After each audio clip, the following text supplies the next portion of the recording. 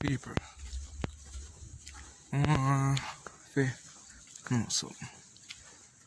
I don't know if I'm alone it happened to her. It happened to me, other people all over the world or whatever, or wherever on there. Why when like your parents tell us if you open up to them and you tell them like you say something to them or you tell them what go on or you tell them what they on your mind, it's like them upset with you. So me come I wanna know like if me not talk for a reason or you force me to talk and you don't like what me have to say, how am I fault that?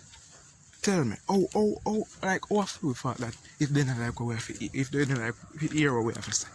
Cause me look upon this somebody tell me to open up. So not really open up, I just give like a fraction of what go on. All of a sudden me become the bad guy.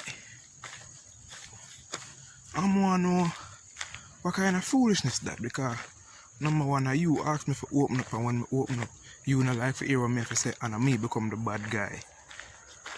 It's a foolishness, bad man.